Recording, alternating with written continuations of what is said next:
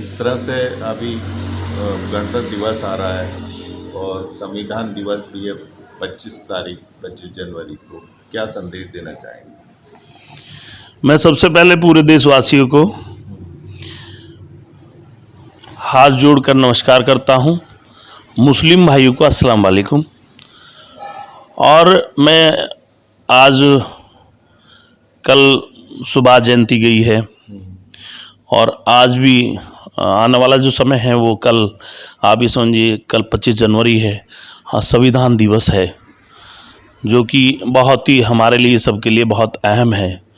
संविधान एक ऐसी चीज़ है जिसकी हम सब बहुत ही आदर करते हैं और हमें करना भी चाहिए। और उसके लिए मैं ये कहना चाहता हूँ कि सभी देशवासियों से मेरा निवेदन है कि 26 जनवरी आने वाली है। 26 जनवरी गणतंत्र दिवस बढ़िया तरीके से मनाएं, अच्छी तरीके से मनाएं, सौहार्दपूर्ण मनाएं और एकता का प्रतीक दें। एक हर आदमी को कदम बढ़ाना चाहिए, क्योंकि इसमें 26 जनवरी 1950 हम भी समझते हैं, आप भी समझ सकते हैं कि ये 26 जनवरी में संविधान लागू हुआ, लेकिन इसमें बहुत लोगों का योगदान है। बाबा साहब को मैं धन्यवाद करते हुए, बाबा भीमराव अंबेडकर साहब को धन्यवाद करते हुए, उनकी पूरी समिति को धन्यवाद करते हुए, उन्होंने अपनी कलम से जो संविधान में लिखा है, वाकई में वो इस धन्यवाद के पात्र हैं। और मैं उन्हें अपनी तरफ से बहुत ही दिल से श्रद्धांजलि देते हुए मैं ये कहूँगा कि बाबा साहब अमर रहें। बाबा साहब ने पूरा संविधान लिखा, किसी के लिए कोई कमी नहीं छोड़ी। बाबा साहब सबके लिए आदरणीय हैं और उनकी समिति में जो भी रहे हैं, क्योंकि ये संविधान अगर हम आज बता रहे हैं आपको, तो ये हमारे बाबा साहब की देन है।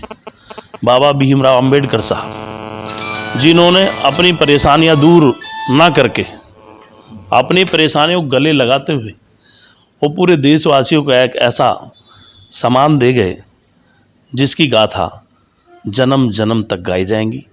इसलिए सभी को, पूरे देशवासियों को मकर संक्रांति की शुभकामनाएं और 26 जनवरी गणतंत्र दिवस की ढेर सारी शुभकामनाएं। मैं एक बार फिर सभी को हाथ जोड़कर नमस्कार करता हूं, राम राम करता हूं और सभी मुस्लिम भाइयों को मेरी तरफ से अस्सलाम वालेकुम रहमतुल्लाहि बरकातहू। मैं डॉक्टर मनोज अधाना, आप ही का आशीर्वाद से यहाँ सन 2000, 2005, 2010, 2015 तक आप लोगों ने मेंबर, डिस्ट्रिक्ट बोर्ड का मेंबर बनाया और लगातार बनाया। मैं सभी का धन्यवाद करता हूँ और सबका शुक्रिया करता हूँ। जब तक जीऊँगा सबका धन्यवाद करता रहूँगा, शुक्रिया करता रहूँगा। धन्यवाद। जय हिंद, जय भारत। अनुभव आरोग्य धाम की तरफ से क्या कहना चाहेंगे? अनुभव आरोग्य धाम हमारी एक संस्था है जी, जिस तरह से सेवा, और इस संस्था में सभी साहब, मैं आपका भी धन्यवाद करता हूं। आपने अनुभव आरोग्य धाम का नाम लिया, तो मैं ये चाहता हूं, मैं 30 साल से सेवा कर रहा हूं। और कहने के लिए तो लोग कहते हैं कि मैं सेवा करता हूं, लेकिन वाकई में अगर कोई जानता है, मेरा नाम डॉक्टर मनोज अधाना है। सदर जिला पंचायत के रूप में आप लोगों ने कई बार मुझे बनाया है, मैं धन्यवाद करता हूं। और ऐसे ही नहीं, मैं कोशिश करता हूं कि मुझसे, मेरी कलम से, मेरी इस संस्था से जितना भी फैज़ पहुंच सके, जितना भी फ़ायदा पहुंच सके आम लोगों को, कोशिश करते हैं हम पहुंचाने की। हमारा एक हॉस्पिटल मेरठ में भी है, ज्ञानवती हॉस्पिटल, छोटा भाई है डॉक्टर सुबोध अधाना, वो चला रहे हैं। वहाँ भी हम कोशिश करते हैं लोगों को फ़ायदा पहुँचे। और यहाँ तो ये संस्था ऐसी है, अगर वाकई में कोई यहाँ लेटे तो मैं ये कहता हूँ मरीजों से, अरे भाई घर जाओगे नहीं जाओगे? उनको जी हमें कोई दिक्कत नहीं है। मतलब वो अगर 1 महीना भी लेट जाए तो उन्हें कोई समस्या नहीं है। समस्या इसलिए नहीं है, यहाँ हम सेवा करते हैं और कोशिश करते हैं पूरी कि जो आने वाला है यहाँ, उसे हर तरह से हम संतुष्ट करें। और वो संतुष्ट भी है। मैं ही नहीं कह रहा हूँ, लोगों से पता लगता है कि हमारे यहाँ से लोग संतुष्ट होते हैं और हमें बड़ी खुशी होती है कि हम इसके माध्यम से जो परमात्मा ने हमें जीवन दिया है उसका सही यूज कर रहे हैं। जिस तरह जो से पूरे इलाके में एक आपके सेवा भाव की एक बहुत बड़ी एक गाथा सी है, एक आपकी शोहरत है, ये इसके बारे में क्या कहना चाहेंगे आप? ये मैं अपने बारे में क्या कहूँ, ये जनता का आशीर्वाद है और जनता का विश्वास है, और जनता का आशीर्वाद और विश्वास इस पर बना रहता है, उससे बड़ा कोई धनी नहीं है। मैं चाहता हूँ, मैं मानता हूँ और मैं सभी से कहता हूँ, अगर किसी को मौका परमात्मा ने दिया है और ये मौका दिया है कोई सेवा कर सकता है तो जनता की सेवा करे। जनता बहुत अच्छी होती है और मैं कहता हूँ हमारे यहाँ तो किसी भी तरह का कोई आदमी आया है आज तक हम कोशिश करते हैं, और ये भी है कि भाई बताते भी हैं लोग कि हमारे यहाँ कोई भेदभाव नहीं है। हम 24 घंटे तत्पर रहते हैं और 24 घंटे कोशिश करता हूँ कि अगर कोई किसी भी टाइम आया और मैं यहाँ हूँ या कहीं भी तो उसकी सेवा हो जाए, यही हमारी कोशिश है। और सैफी साहब आप भी जानते हैं, आप पड़ोस के हैं और आप दूर दूर तक भी जाते हैं, आप पत्रकार बंधु हैं, आप खुद जानते होंगे कि लोग क्या कहते हैं। लोग, क्योंकि हम तो अपने बारे में कुछ नहीं जानते, हम तो इतना ही जानते हैं परमात्मा ने हमें जीवन दिया है और जीवन इसीलिए दिया है कि इससे अच्छे काम करो। अगर तुम्हें अच्छी जगह जाना है, मैं हमेशा एक ही बात कहता हूँ कि धरती पे जो आया वो जाएगा, और कोई कितना भी कमा लो, अगर ज़्यादा कमा लिया तो बच्चे ही गाली देंगे, अगर ज़्यादा कमा लिया तो बच्चे ही गाली देंगे, क्योंकि एक ना एक में भेदभाव कर देते हैं माँ बाप भी। वो कहते हैं इसे 2 कमरे दे दिए, इसे 1 कमरा दे दिया, या अगर 1 गज कम ज़मीन भी कम दे दी तो माँ बाप की भी कीमत कम हो जाएगी। बच्चों को कीमत का पता नहीं है। तो मैं इसलिए कहता हूँ, मेरे सामने बहुत सारी बातें आती हैं, मैं इसलिए बयान कर रहा हूँ कि कभी भी ये ना सोचें कि हमने बहुत सारा कमाया। हम ये सोचते हैं कि जितना आप कमाओ परमात्मा के रास्ते में भी दो। प्रभु के, अल्लाह मियाँ के, गुरु नानक साहब के, मैं कहूँ कहीं भी, ईसा मसीह, मतलब कहीं भी आप दो। तो मतलब जहाँ भी ऐसे प्रोग्राम होते हैं, जहाँ भी धर्म स्थल के प्रोग्राम होते, जहाँ बात आती है कि ऊपर वाले की बात है, ऊपर वाला एक है, अनेक नहीं है। ऊपर वाला एक है, वो उसके नाम अनेक हैं। तो कहीं भी आप किसी भी रूप से उसकी सेवा करो। और मैं कहना चाहता हूँ, हमारे बहुत से भाई बहुत ज़्यादा इबादत करते हैं, वो पूजा करते हैं, अर्चना करते हैं, लेकिन करते क्या हैं, जब दुकान खोलते हैं तो भगवान जी के या उन्होंने जो भी लगा रखा है, जिसे भी मानते हैं, तो उनकी पूजा करते हैं, धूप जलाते हैं, अगरबत्ती जलाते हैं, या जैसे भी इबादत करते हैं, मतलब। लेकिन जब शाम को जाते हैं तो सुबह के टाइम तो हमारे भाइयों को याद रहता है कि ये देंगे हमें, इनसे उम्मीद करते हैं हम कि ये हमें देंगे।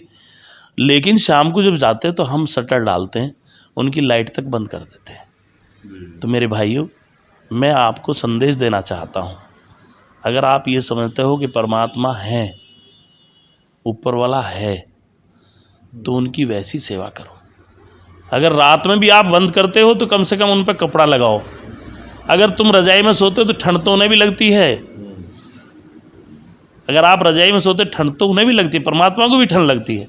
तो किसी ने अगर अपने घर में कोई भी कैसी भी मूर्ति या कैसी लगा रखी है, तो मेरा ये संदेश है कि आप इन चीज़ों से आप कितनी पूजा कर लें, कितनी अर्चना कर लें, आप कितना ही बढ़िया मेहमान हो और कैसे ही मेहमान हो, और वो तुम्हारे घर में आ जाए और सुबह से शाम तक उसे तुम पिलाओ, खिलाओ, माल खिलाओ, घी पिलाओ, सब चीज़ गिराओ, और सर्दी का मौसम हो, रात को उसे कपड़े मत देना, देखो क्या होता है। इसलिए भाई परमात्मा तो ऐसे हैं, वो भाव के भूखे होते हैं, भाव है ना, भाव होता है। ये आप 10 रोटी खाते हो, परमात्मा के लिए जरा सा चुटकी भर निकालते हो कि परमात्मा लो भोग लगाओ, वो इसमें राजी हो जाते हैं। इसलिए मेरा कहना ये है, अगर आप उनका इतना ध्यान रखो, रात को एक कपड़ा अपने घर से बढ़िया सा कपड़ा उनके ऊपर लगा दो जिससे उन्हें ठंड ना लगे, तो कितना बढ़िया रहता है। तो अगर उनका नाम लो तो इस तरीके से लो, क्योंकि ये शामिल होता है, ये पाप में शामिल होता है। अगर ऐसा हम नहीं करते हैं, ये अजाब में शामिल होता है, और ये अजाब भी अच्छी चीज़ नहीं है। बहुत ख़राब चीज़ जिसे लोग डरते ही नहीं है।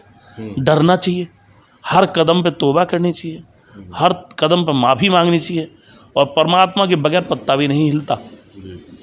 जब हम ये समझ सकते हैं कि पत्ता भी नहीं हिलता तो फिर गलती क्यों? परमात्मा ने हमें इतनी अच्छी आंखें दी हैं, इतना अच्छा दिमाग दिया है जिससे हम सोच सकते हैं। यहाँ बैठे सोले बम्बई की गली कौन सी है, उसमें रंग याद आ जाएगा, कौन से रंग में हम कहाँ गए थे वो भी याद आ जाएगा हमें। और ये भी मैं बता दूं आपसे, परमात्मा ने ऐसी अच्छी आंखें दी हैं, इन्हें हम देखते हैं, जब इनसे हम देखते हैं इनसे दिखाई देता है। हम अपनी बीवी को इनसे देखते हैं, अपनी बेटी को इनसे देखते हैं, अपनी माँ को भी इनसे देखते हैं। फिर इंसान से गलती कैसे हो सकती है? गलती नहीं हो सकती अगर इंसान इनसे बढ़िया देखे, दिमाग से बढ़िया सोचे। उसकी सब दी हुई नियामत है और उन्हें इतनी नियामत बख्शी है, इतनी नियामत दी है कि अगर वाकई में आदमी ठीक है उससे गलती नहीं हो सकती। वो स्वर्ग में जा सकता है, वो जन्नत में जा सकता है, लेकिन अगर गलत काम करेगा तो समझो आप कि बीच में रास्ता भी है।